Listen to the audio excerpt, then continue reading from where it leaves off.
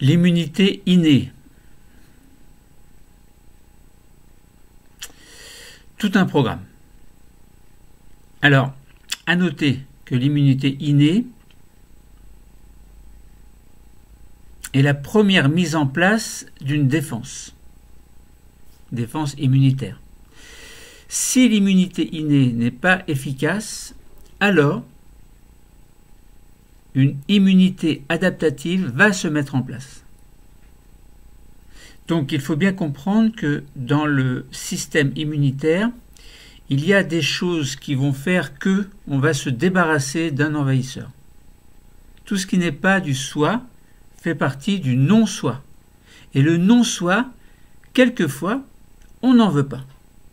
Donc si quelque chose pénètre en nous, se passe en nous, spontanément, et de manière tout à fait stéréotypée, eh bien l'immunité innée va se mettre en place. Son objectif sera de détruire ou de neutraliser l'envahisseur. Ou une cellule du corps qui deviendra non fonctionnelle dans le bon sens. Autrement dit, par exemple dans le cas d'une cancérisation, eh bien une immunité innée va pouvoir se mettre en place également. Mais ça peut être également si on est infecté par une bactérie, un virus, un parasite, un champignon microscopique. Bon, ça peut être une lésion, ça peut être une entorse, ça peut être une douleur quelconque qui crée ce que l'on appelle une inflammation. Et l'inflammation aiguë et non chronique, eh bien, est caractéristique de l'immunité innée. Alors vous allez me dire, oui, bon, mais c'est quoi l'immunité innée? Alors, commençons par globaliser les choses, c'est-à-dire dire les choses de manière un peu résumée. Ensuite, je vais expliquer un petit peu plus en détail et encore plus en détail après. Alors, quelque chose qui peut paraître simple, demande quand même à être compris. Donc, si vous avez quelque chose à écrire, c'est immunité innée. Quel est le déroulement de la réaction inflammatoire, puisque la caractéristique de l'immunité innée, c'est d'induire une phase inflammatoire, une inflammation. Alors, l'inflammation, ça veut dire douleur, chaleur, rougeur, gonflement. Donc ce sont les 4 phases, les 4 caractéristiques d'une inflammation. Mais alors pourquoi est-ce que, par exemple, lorsque vous vous piquez avec une épine de rose ou autre épine, ou autre traumatisme, le couteau qui dérape alors que vous épluchez des pommes de terre, pourquoi est-ce que on a ces 4 phases qui se mettent en place, douleur, chaleur, rougeur et gonflement? Alors, imaginons,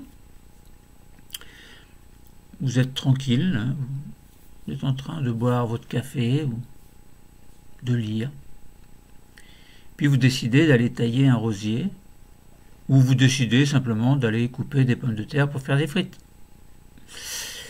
Et paf, vous vous coupez.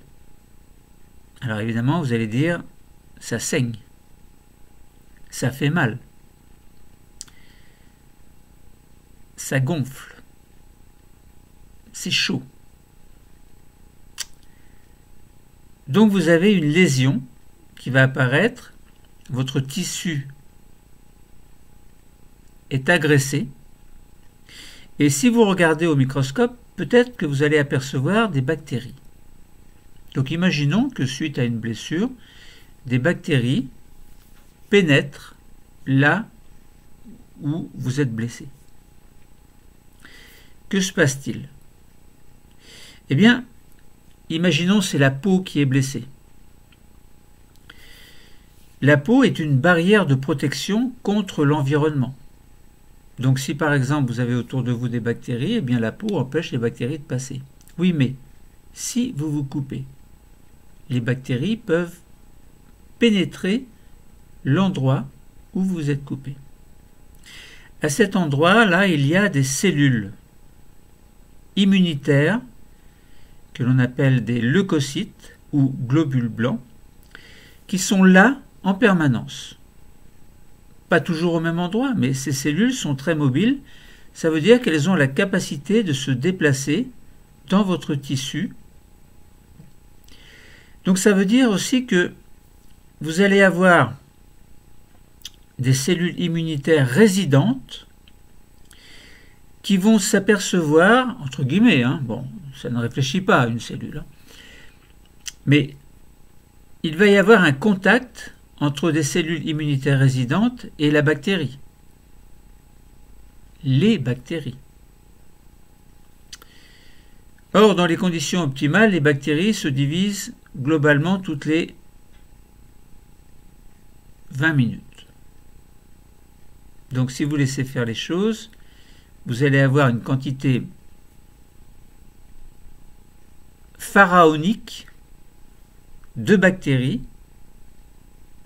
qui vont envahir votre tissu et qui vont pouvoir diffuser au-delà de l'endroit qui est lésé. Mais heureusement, vous avez ces fameuses cellules immunitaires résidentes qui sont là et qui vont essayer de détruire les bactéries. Mais comment c'est possible? Comment une cellule immunitaire résidente peut-elle détruire les bactéries? Alors, il y a au moins deux possibilités. La première, c'est que les cellules immunitaires résidentes vont se lier avec les bactéries. Donc, en quelque sorte, neutraliser la bactérie. Pourquoi? Eh bien, parce que à la surface des cellules immunitaires résidentes, il y a des marqueurs. On va dire des récepteurs de surface. Alors, vous allez me dire, récepteurs de quoi? Eh bien, sur les cellules que sont les bactéries, il y a également des molécules. Et c'est ce que l'on appelle un motif ou des motifs moléculaires, mais qui vont être communs à toutes les bactéries. Ce qui fait que, globalement, le récepteur de surface va reconnaître le motif moléculaire de la bactérie et de l'ensemble des bactéries, puisqu'il y a des motifs communs, et ce récepteur de surface va se fixer donc sur ce motif moléculaire. Donc la bactérie, peut-être qu'elle pourrait se diviser encore en deux,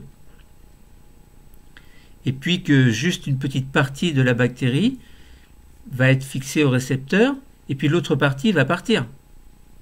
Et donc la bactérie serait gagnante parce qu'elle va se rediviser en 2, puis en 4, en 8, en 16, 32, etc. Oui, mais avant que la bactérie ne se divise en 2, eh bien, il y a ce que l'on appelle un mécanisme que l'on appelle la phagocytose. Ça veut dire que la cellule immunitaire résidente possède la capacité de faire des prolongements, un peu comme des tentacules. Et ces tentacules, ces prolongements, vont à un moment donné englober entièrement la bactérie. Donc de ce fait-là, la bactérie va se retrouver entièrement dans le cytoplasme de la cellule immunitaire résidente. Là, cette bactérie va être dégradée, coupée en des milliards de morceaux par le système enzymatique de la cellule, donc du globule blanc, c'est-à-dire de la cellule immunitaire résidente, c'est-à-dire celle qui est là dans les tissus, qui circule, etc. Donc là, vous avez compris que les bactéries se trouvent englobées à l'intérieur des cellules que l'on appelle des phagocytes, c'est-à-dire ces fameuses cellules immunitaires résidentes. Donc la reconnaissance de la bactérie permet d'assurer une première ligne de défense pour éviter que les bactéries ne se multiplient trop et donc que l'infection se généralise à l'ensemble de l'organisme. Donc ça, pour l'instant, ça reste localisé sur le lieu de l'infection. Donc il n'y a pas évidemment une seule cellule immunitaire résidente, il y en a beaucoup, et ce beaucoup de cellules va faire que beaucoup de bactéries vont être phagocytées, donc détruites. Ça, c'est la première chose, c'est le premier rôle des cellules immunitaires résidentes. Mais deuxième rôle, ces cellules vont appeler au secours. De quelle façon?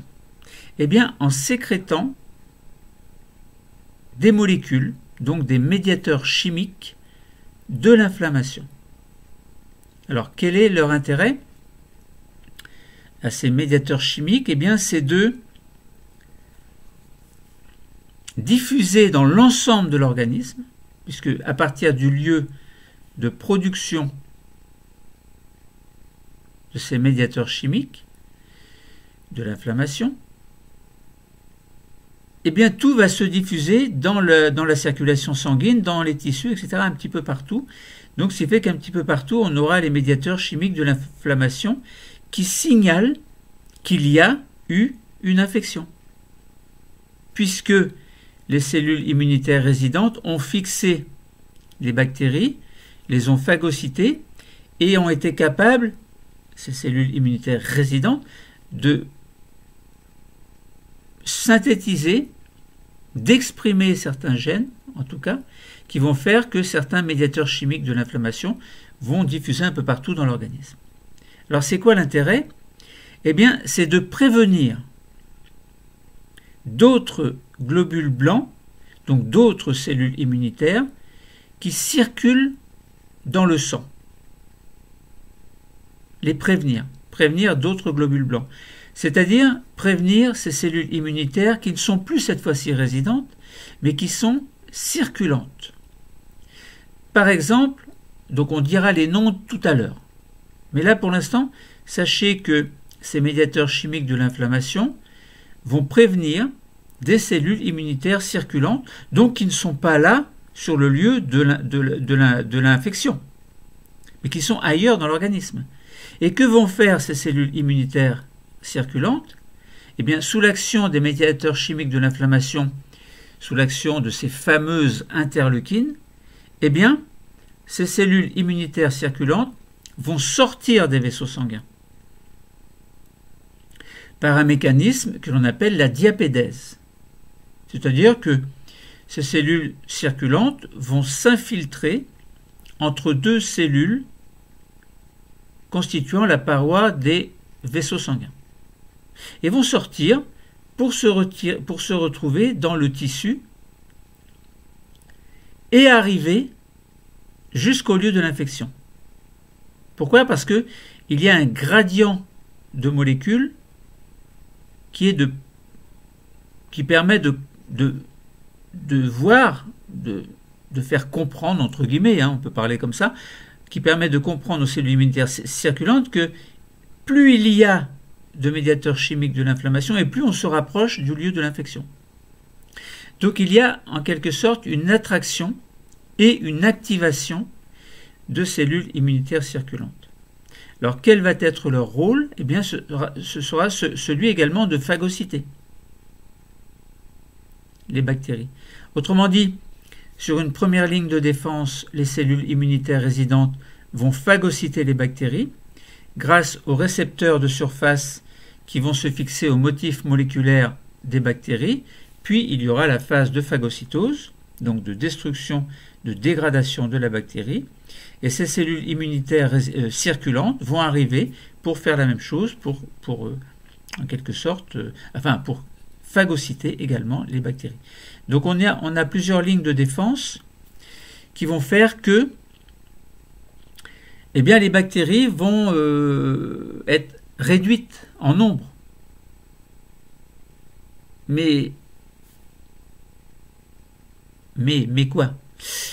Mais quelquefois, les bactéries prennent le dessus. C'est-à-dire qu'elles réussissent à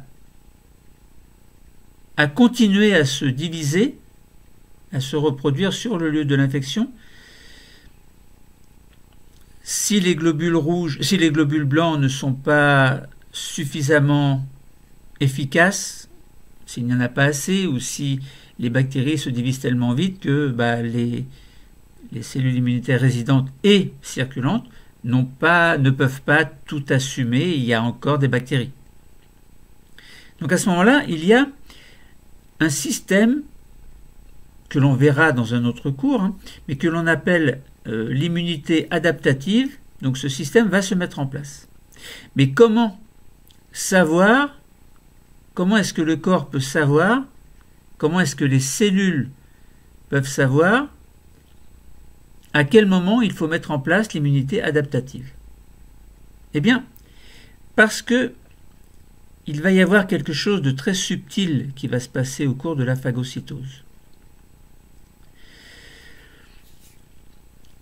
Donc, au cours de la phagocytose, on a dit qu'il y avait fixation du motif moléculaire de la bactérie sur des récepteurs de surface des globules blancs, c'est-à-dire de ces molécules résidentes et de ces molécules circulantes, de ces cellules résidentes et de ces cellules circulantes. Et puis il y a digestion intracellulaire, comme je vous l'ai dit, des bactéries. Donc elles se retrouvent détruites et on retrouve des milliers de morceaux de bactéries qui sont diffuses dans le cytoplasme. Alors, oui, c'est bien. La bactérie se trouve digérée, détruite, et on retrouve des milliers de morceaux. Oui, mais il y a une petite astuce, entre guillemets, que l'évolution a mise en place, c'est que sur la surface des cellules phagocytaires, il y a des molécules que l'on appelle CMH, ou plus exactement des molécules qui font partie du CMH, complexe majeur d'histocompatibilité humaine, par exemple, si l'infection concerne un humain. Et ces molécules de CMH sont capables de fixer des petits morceaux de la bactérie qui sont dans le cytoplasme. Alors, ces molécules de CMH sont fixées sur la membrane des leucocytes, donc des cellules phagocytaires. Donc ça veut dire que les petits morceaux de bactéries vont aller se fixer au niveau de la membrane des leucocytes sur le CMH. C'est-à-dire sur ces molécules du CMH qui vont être capables de reconnaître de manière spécifique le petit morceau de bactérie. Et ce petit morceau de bactérie s'appelle un antigène. Autrement dit, la cellule phagocytaire va être capable, en se déplaçant jusqu'au ganglion, de présenter cet antigène à d'autres cellules qui vont faire partie de l'immunité adaptative. Et ces autres globules blancs s'appellent des lymphocytes. Par exemple, un lymphocyte T fait partie de l'immunité adaptative. Mais il ne s'est pas mis en place encore. Sa fonction n'est pas encore assurée, puisqu'on est toujours dans l'immunité innée pour l'instant.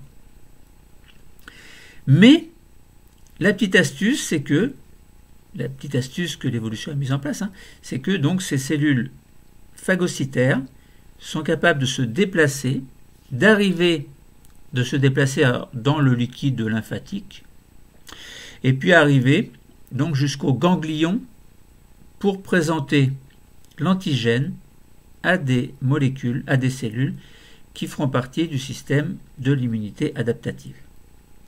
Alors comment est-ce que la présentation se fait?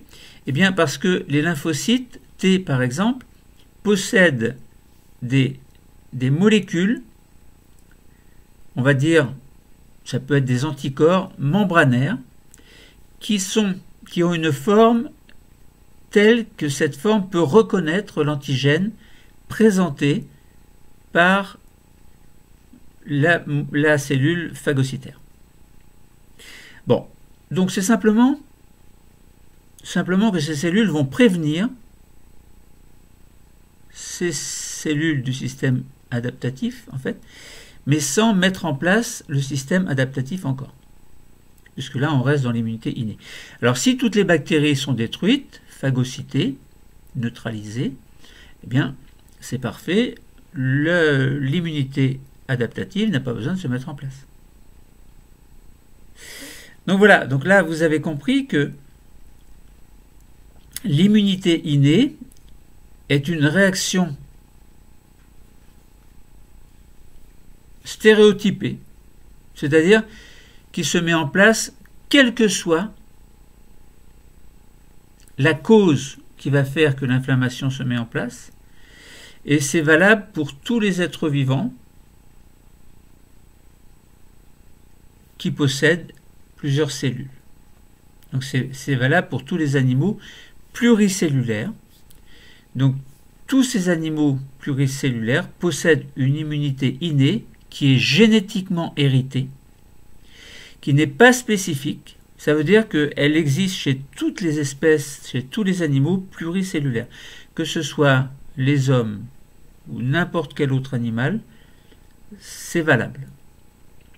Donc ça veut dire que ce système inné va essayer de détruire ce qui fait partie du non-soi. Donc cette réaction innée va intervenir très rapidement, n'importe où dans l'organisme, en réponse à quelque chose d'anormal. Ça peut être une lésion, ça peut être une entorse, ça peut être une cancérisation, ça peut être une infection par une bactérie, par un virus, etc. Donc tous les vertébrés disposent en plus d'une immunité adaptative qui sera dirigée spécifiquement contre l'élément, contre l'agent que l'on appelle agent pathogène, c'est-à-dire qui va créer ou qui est censé créer un désordre au niveau de l'organisme. Donc cette réponse innée va agir comme une ligne de défense nécessaire, une première ligne de défense qui va essayer d'éradiquer l'intrus ou ce qui est anormal. Et elle existe et elle se maintient tout au long de la réaction immunitaire. Ça veut dire que si l'immunité innée n'est pas suffisante, l'immunité adaptative va se mettre en place, mais l'immunité innée se poursuit quand même. Donc c'est une sécurité, en quelque sorte. Et cette immunité innée va reposer sur la reconnaissance de motifs moléculaires, et cette reconnaissance n'est pas spécifique. Ça veut dire qu'il y a des motifs moléculaires qui sont présents sur les agents pathogènes, et ces motifs moléculaires vont être reconnus de manière générale grâce à des récepteurs de surface qui se retrouvent sur les globules blancs, que ce soit des cellules qui font partie du tissu et qui sont résidentes, ou que ce soit des cellules qui soient circulantes, voilà, et qui vont arriver sur le lieu de l'infection. Alors, donc je vous ai dit que l'immunité innée repose sur la reconnaissance peu spécifique de motifs moléculaires qui sont présents sur les agents pathogènes, et ceci grâce à des récepteurs de surface. Donc il y a des actions, des reconnaissances qui permettent d'agir rapidement et qui sont conservées tout au long de l'évolution des êtres vivants. Donc ça veut dire que si on réfléchit par rapport au passé, c'est d'abord la protection innée qui s'est mise en place tout doucement au cours de l'évolution, et ensuite la perfection est apparue lorsque l'immunité adaptative est apparue. Bon. Et alors, vous allez me dire, mais tout à l'heure, vous avez parlé de immunité innée, vous avez parlé d'inflammation, et vous avez dit que les médiateurs chimiques de l'inflammation sont sécrétés, donc les interleukines en quelque sorte, sont sécrétés par des cellules immunitaires résidentes, et c'est ce qui va provoquer la réaction inflammatoire, donc c'est-à-dire la douleur, la chaleur, la rougeur et le gonflement. Mais comment est-ce que c'est possible ?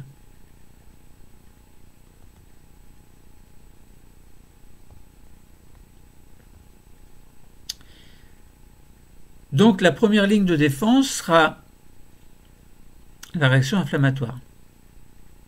Alors après vous allez me dire, bon alors vous nous dites qu'il y a des bactéries qui entrent.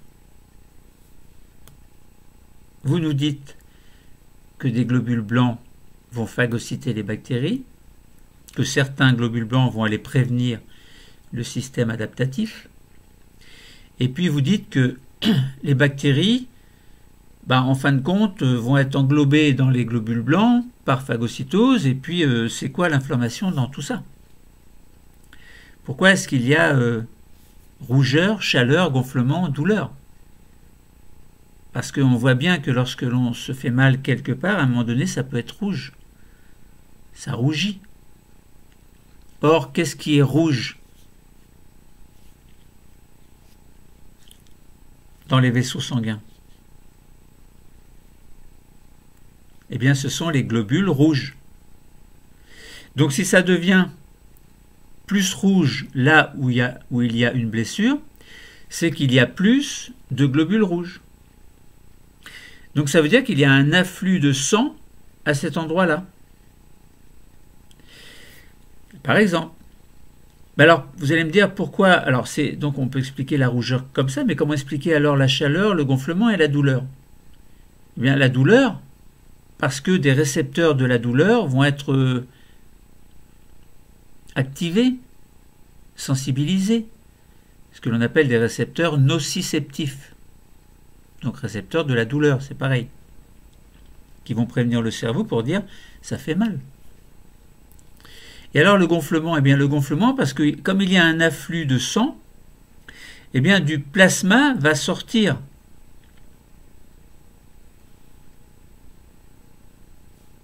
Va avoir tendance à faire gonfler, en tout cas, l'endroit où il y a une infection, où il y a une blessure. Et la chaleur. Eh bien, le premier signe d'une infection ou d'une lésion des tissus est une réaction inflammatoire. Bon, ça on l'a dit. Et cette réaction inflammatoire, elle est locale.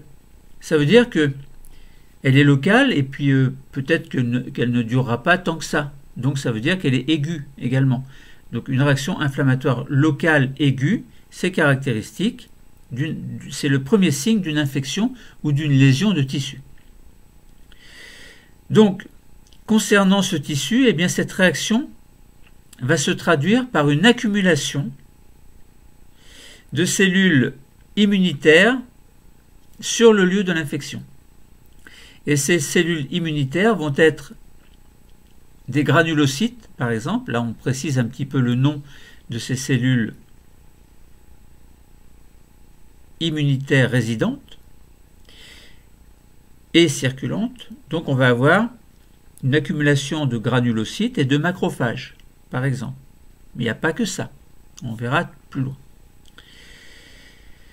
Et lorsque ces globules, lorsque ces cellules ont décelé la présence de l'agent pathogène, alors comment? Eh bien, grâce aux récepteurs de surface. Eh bien, les cellules immunitaires qui sont résidentes, donc dans les tissus concernés, et dans tous les tissus en général, eh bien, vont produire, comme je vous l'ai dit tout à l'heure, je répète, je perfectionne un petit peu, je raisonne de manière spiralaire, de manière à rajouter des éléments à chaque niveau d'explication. Donc ces cellules immunitaires résidentes sont capables de produire des médiateurs chimiques de l'inflammation. Oui, mais l'inflammation, comment expliquer tous les 4 mécanismes de l'inflammation, les 4 critères qui font qu'on a bien une inflammation? Bien, parmi ces molécules, donc parmi ces médiateurs chimiques de l'inflammation, il y a ce que l'on appelle des interleukines, qui vont assurer la communication entre les différentes cellules dans l'ensemble de l'organisme. Et ces interleukines vont être capables de recruter et de faire que des cellules immunitaires vont s'activer, ces cellules immunitaires faisant partie du système circulant, c'est-à-dire se trouvent dans la circulation sanguine. Et à ce moment-là, donc, ces cellules immunitaires circulantes, ces globules blancs spécialisés, vont par diapédèse sortir des vaisseaux sanguins et se diriger et se retrouver sur le lieu de l'infection, où là, ces cellules circulantes vont aider les cellules résidentes à combattre, donc aider à combattre l'agent pathogène, par exemple une bactérie. Donc vont aider en plus, vont aider à phagocyter davantage. Donc la phagocytose, c'est un mécanisme qui permet de comprendre, qui met en place tout un processus qui va faire que les cellules immunitaires vont englober et digérer les bactéries, par exemple. Et donc limiter, en quelque sorte, la multiplication de cette bactérie, donc de cet agent infectieux qui peut très bien être pathogène, très pathogène. Et puis en même temps, alors donc cette réaction innée va essayer d'éliminer le plus de bactéries possible, éliminer le plus de choses possible, ou réparer le côté anormal du tissu, s'il s'agit de cellules qui sont cancéreuses, s'il s'agit d'une lésion, etc. S'il y a des cellules mortes, eh bien, les cellules phagocytaires sont capables de faire du nettoyage. Mais il va y avoir en même temps, au cas où ça ne suffirait pas, une préparation à une réaction adaptative, comme je vous en ai parlé tout à l'heure, grâce à un système un petit peu spécial où, suite à la phagocytose, eh bien, des antigènes fixés au CMH vont être présentés à des cellules qui font partie du système adaptatif. En l'occurrence ici, par exemple, un lymphocyte T qui, grâce à des anticorps ou à des molécules spécifiques, eh bien, sont capables de reconnaître l'antigène qui est lui-même fixé au CMH. Donc certaines cellules immunitaires, que l'on appelle des cellules dendritiques, ça veut dire qu'ils émettent des expansions, eh bien, ces cellules dendritiques vont migrer vers des organes lymphoïdes, par exemple les ganglions, et ces cellules vont présenter à la surface de leur membrane, vont exprimer à la surface de leur membrane des fragments moléculaires qui proviennent des éléments phagocytés, par exemple un petit morceau de bactérie, et ce petit morceau de bactérie s'appelle l'antigène. Donc bien comprendre que l'antigène est fixé sur des molécules faisant partie du CMH. C'est pour ça que l'on dit que la cellule va présenter l'antigène. Mais cet antigène, la condition, c'est qu'il soit fixé sur une molécule du CMH. Autrement dit, vous avez une molécule, et fixé sur la molécule, vous avez un antigène. L'antigène, c'est quoi? C'est un petit morceau de bactérie. Eh bien, donc je vous ai dit que ces cellules vont migrer vers les organes lymphoïdes, par exemple les ganglions, et là où il y a des lymphocytes. Alors des lymphocytes, on en trouve également dans le réseau sanguin, évidemment, mais ces lymphocytes vont être capables de reconnaître l'antigène présenté par le CMH, et donc ces lymphocytes vont être sélectionnés, puisque certains lymphocytes seulement reconnaissent l'antigène. Donc ça veut dire qu'il y a plusieurs types de lymphocytes T, par exemple, qui sont capables de reconnaître tel ou tel antigène. Donc ça veut dire que on va commencer à comprendre le principe de la vaccination un petit peu plus loin à travers le fait que on sait que ces lymphocytes sont spécifiques d'un antigène. Donc lorsque une cellule dendritique présente un antigène, seulement certains lymphocytes vont reconnaître cet antigène. Et donc ces lymphocytes vont être sélectionnés, ils vont être activés, ce qui va initier la réponse adaptative. Alors évidemment, si toutes les bactéries ou si tous les éléments sur le lieu de l'inflammation sont détruits, la réaction adaptative, la réponse adaptative ne se met pas en place, évidemment. Par contre, si le système inné, donc si l'immunité innée est dépassée par les événements, eh bien la réponse adaptative va se mettre en place, mais ça fera l'objet d'un autre cours.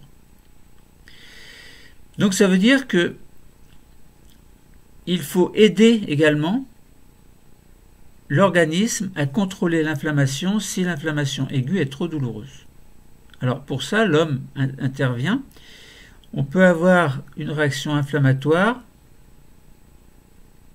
qui sera à l'origine de symptômes qui sont très gênants, inconfortables. Ça peut être par exemple de la douleur et de la fièvre. Et cette douleur et cette fièvre peuvent être contrôlées par des médicaments que l'on appelle des antalgiques, donc qui vont diminuer la douleur, également des anti-inflammatoires. Alors il peut y avoir évidemment, comme pour tous les médicaments, des effets secondaires indésirables qui peuvent nécessiter une vigilance médicale. Alors,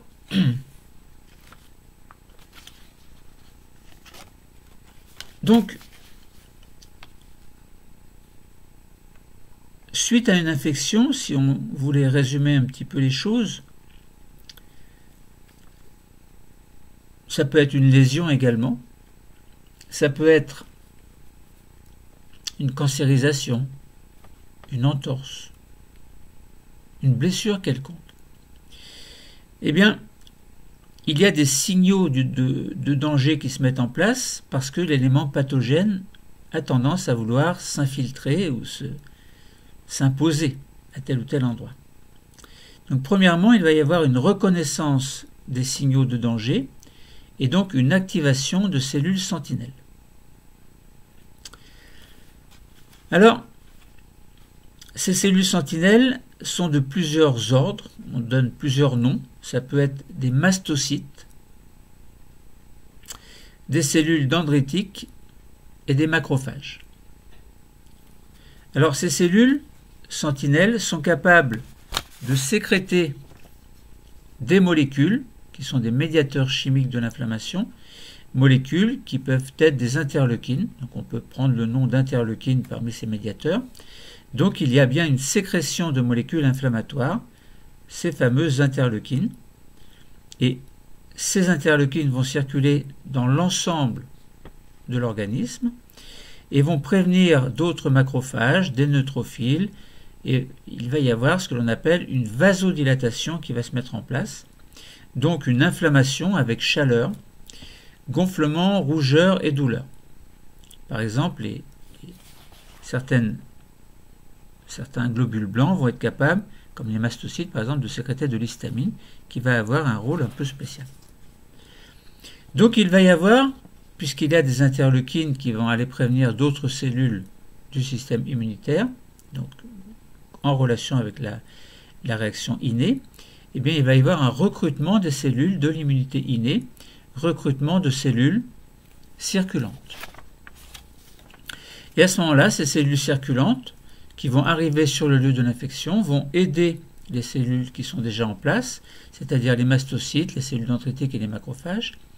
Eh bien, ces cellules vont aider à la phagocytose. Il va y avoir une action locale avec élimination du danger et avec possibilité, concernant ces cellules dendritiques, de migrer par des vaisseaux lymphatiques pour arriver jusqu'au lieu que l'on appelle ganglion, donc ganglion lymphatique, où là il y a des lymphocytes qui sont en place, Et les cellules dendritiques activées vont alors jouer le rôle de cellules présentatrices de l'antigène pour ces lymphocytes qui sont déjà en place et qui sont spécifiques de l'antigène correspondant. Bon. Ça, c'est pour résumer globalement. Pour revoir un petit peu les choses, eh bien, on peut se dire que l'immunité innée est une première ligne de défense. Sa caractéristique, c'est une réaction inflammatoire, donc douleur, rougeur, chaleur et gonflement. Alors, il peut y avoir une réaction locale de l'inflammation, donc ça peut être des bactéries, virus, parasites, champignons microscopiques, mais ça peut être également divers éléments étrangers qui vont agresser l'organisme. Ça peut être un stress en relation avec une entorse, une tendinite, un coup de soleil, etc. Mais ça peut être également un dysfonctionnement du corps, par exemple une cancérisation ou une anomalie de fonctionnement de tel ou tel organe. Donc une réaction inflammatoire se met en place. Voilà. Les cellules qui sont là sont des cellules résiduelles, donc des globules blancs résiduels, qui sont des cellules sentinelles, par exemple. Donc qui vont, alors pas, par exemple, ce sont des cellules sentinelles, c'est-à-dire qu'elles sont là pour surveiller et elles sont tout à fait mobiles. On peut retenir 6 noms de cellules sentinelles. Alors, ceux qui font partie du tissu, par exemple, cellules dendritiques, les macrophages et les mastocytes, et les cellules sentinelles qui proviennent de la circulation sanguine et que l'on peut appeler, par exemple, granulocytes et monocytes. Alors, l'immunité innée, on dit qu'elle est génétiquement déterminée. Les cellules sentinelles, par exemple, vont exprimer des gènes à l'origine d'une diversité de récepteurs présents à leur surface et vont être capables de reconnaître les molécules qui appartiennent à des éléments pathogènes, donc à des intrus en tout cas, les intrus qui peuvent être divers comme on l'a cité tout à l'heure. Donc ces cellules possèdent également des récepteurs aux signaux de danger qui sont émis par nos tissus et qui subissent le stress. Ça veut dire que les cellules qui sont stressées, entre guillemets, sont capables d'émettre des signaux qui font que les acteurs, donc les globules blancs du système inné, vont savoir que quelque chose d'anormal se passe. Autrement dit, il va y avoir donc de la part de ces cellules sentinelles qui sont activées par un signal de danger, une libération d'interleukines dont la fonction sera une fonction inflammatoire. À ce moment-là, par exemple, de l'histamine pourra être libérée, d'autres molécules également, d'autres interleukines. Et puis, il va pouvoir y avoir également migration de certaines cellules circulantes vers le lieu de l'infection, grâce à la diapédèse, donc globules blancs qui vont pouvoir sortir du réseau sanguin. Donc, on va pouvoir avoir une vasodilatation, un afflux de sang, chaleur, rougeur, gonflement et douleur. Alors, pourquoi la chaleur, pourquoi la douleur, pourquoi etc. Eh bien, parce que il va y avoir une infiltration de plasma sur le lieu de l'infection. Donc, ce qui va provoquer donc, un gonflement. Et de ce fait-là, donc certains récepteurs sensoriels de la douleur vont être activés et vont faire que bien, le cerveau va dire, va ressentir la douleur, ou va exprimer en tout cas une douleur. Bon. Alors ensuite, donc on avait parlé de médiateurs chimiques de l'inflammation, bien savoir que ce sont des molécules qui sont libérées par des cellules sentinelles et qui provoquent les symptômes de la réaction inflammatoire. Donc bien se souvenir que on a des marqueurs bactériens par exemple, qui vont se fixer, donc qui proviennent des bactéries évidemment, qui vont se fixer sur des récepteurs de surface des cellules sentinelles.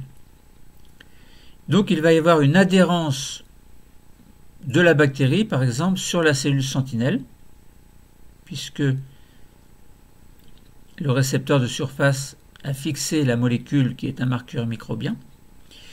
Puis il va y avoir une phagocytose, puisque la bactérie va être englobée à l'intérieur des globules blancs. Et il va y avoir à la surface de ces cellules sentinelles des molécules du CMH qui vont fixer un petit morceau antigénique de la bactérie, donc il se fixe bien sur la membrane de la cellule sentinelle, autrement dit, le CMH a fixé l'antigène.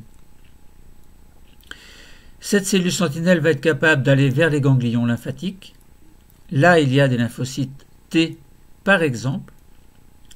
Eh bien, cette cellule sentinelle va présenter l'antigène à ces cellules de l'immunité adaptative. Ainsi, il va y avoir une préparation de cette immunité adaptative. Alors, si tout se passe bien,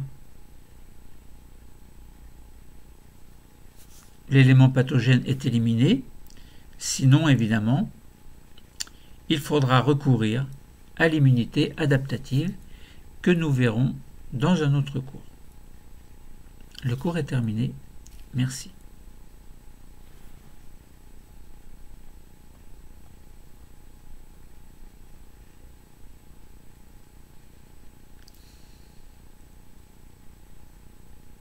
Alors ça, c'est pour la photo finale, hein, c'est pour remettre sur mon post-it.